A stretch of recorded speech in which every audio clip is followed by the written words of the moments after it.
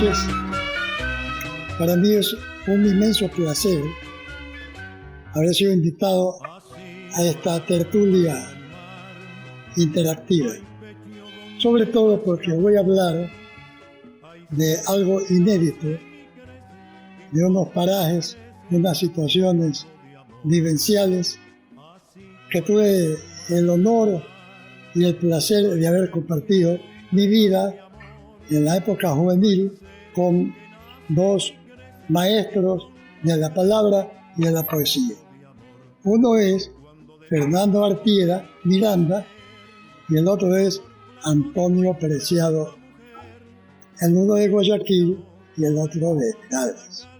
Entonces ellos son hermanos míos de mi infancia literaria. Y les voy a contar algo especial. Eran los años 60 y éramos tres, como una cuña que hiere el sándalo en el mismo sitio. A escasos metros del Estadio Capol en Guayaquil, sobre la calle San Martín, estaba la casa de Tatún Hurtado. Y a mano derecha, bloqueando la entrada, el claro oscuro cuarto de Antonio Preciado, donde ya empezaba a revelarse la temprana poesía en sus hilos de plata. Recuerdo que por esos años a mí me fascinaba el poeta francés Saint-Jean Perse, que ganó el premio Nobel. Para mí era el navegante perfecto de la poesía, el navegante de todas las soledades, pluralidades, posibilidades del pensamiento poético, un sumum de los signos puros, capaces de enhebrar los paradigmáticos sueños de Crusoe o de Anabasis o de Mercedita. Antonio Preciado, en cambio, apostaba sus libros de derecho por el antillano Nicolás Guillén, que con su voz de tambor de agua inundaba las Antillas por esos años. Y entre estos renglones espaciales de gustos y preferencias poéticas, separadas por nuestras exclusivas divergencias, servía la figura mediadora de Fernando Artieda, insoslayable, insobornable, irreductible, alzando su voz entre nuestra porfía, pero en vez de apagar el fuego, más lo encendía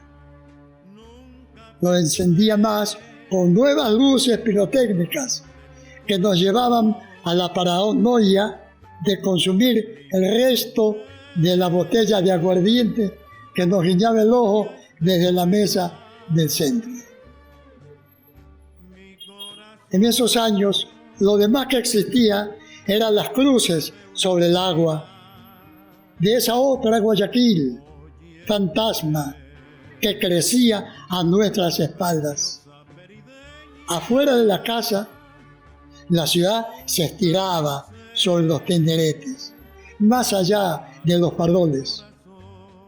Sus covachas, alineadas en tropel, tendían puentes al amparo de callejones enlodados y postes ferroviarios de rieles verticales.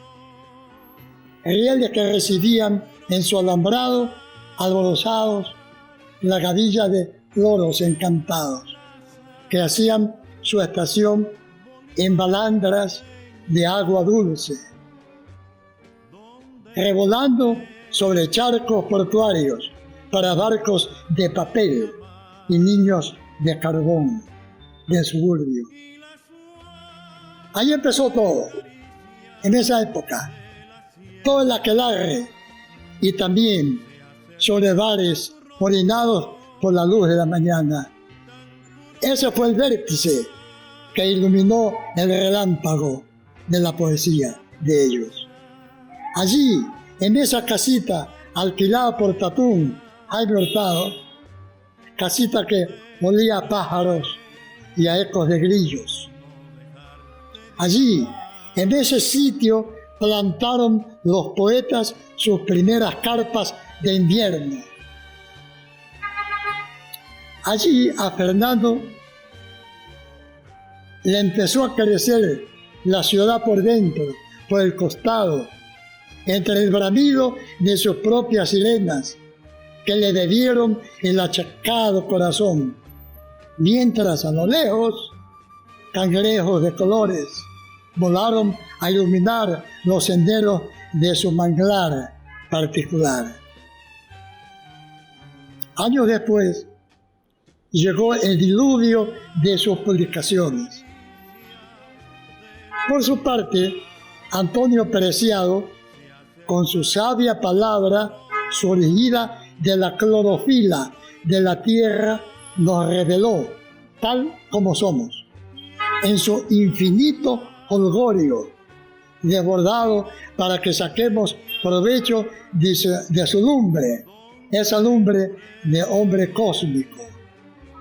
Y él llegó a ser el primer ministro de Cultura del Ecuador.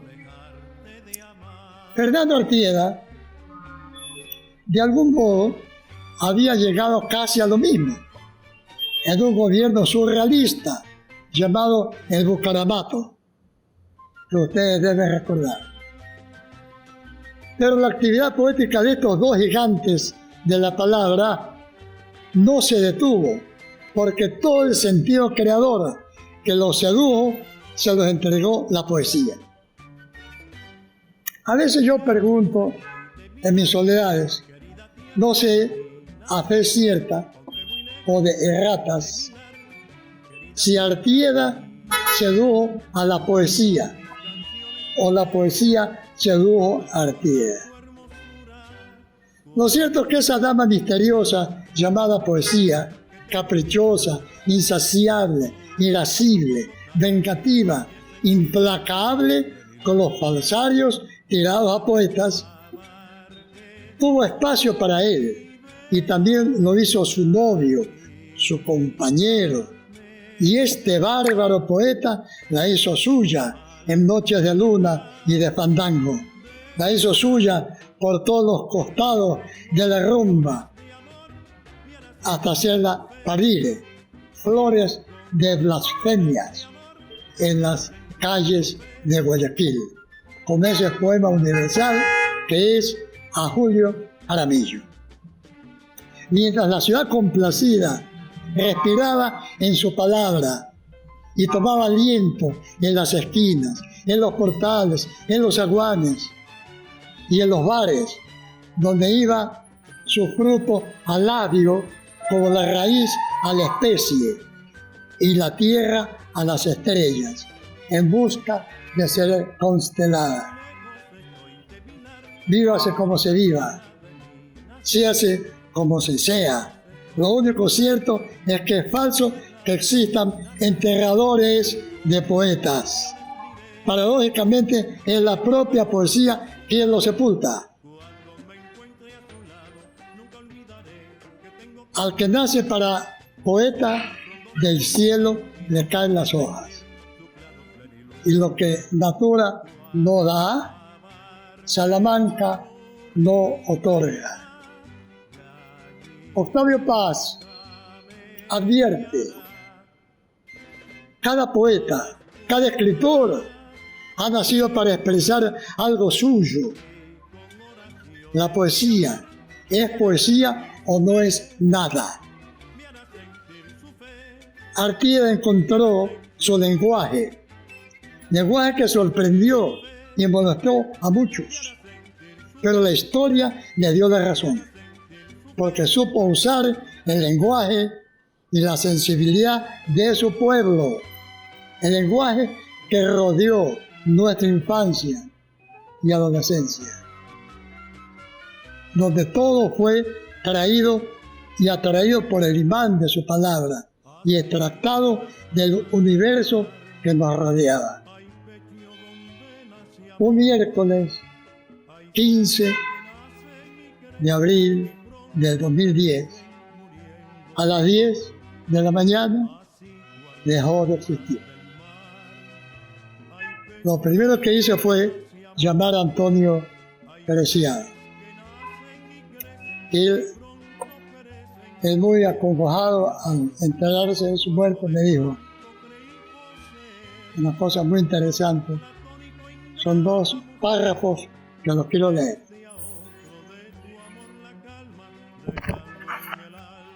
Permítame usar los lentes. A los 15 años hay que ponerse. Y decía Antonio, a la contestación que yo le di, dijo esto: Santos, mi sangre, que así nos tratábamos. De no haber sido por tu fraternal mensaje, me hubiera enterado mañana de la muerte de Fernández. Y el dolor hubiera permanecido agazapado, esperando para morderme, casi dormido aún, cuando me levantara. Gracias por avisarme, ahora de corazón a corazón, entre nosotros, entre panas, y no dejar que el dolor se saliera con la suya. Vale que vuelva a decir, como en el caso de otro amigo querido, que nuestro entrañable Ronco, así le decíamos, se ha ido de sí mismo, pero no de nosotros. Juntos en esta pena, mi sangre. Antonio Preciado. Este ha sido el mensaje que yo les doy a ustedes en la época vesperal de la poesía, en la época que yo conocía a mi hermano Fernando, con el cual caminamos mucho, anduvimos mucho en la vieja Guayaquil, esa Guayaquil de los faroles, esa Guayaquil de los grillos, esa Guayaquil de los salones. Y la caminamos de adentro para afuera y de afuera para adentro. Creo que doy paso a los demás que están ansiosos por llevar con su mensaje a este gran poeta, hermano mío. Gracias. La calma, dejando en el alma una herida cruel.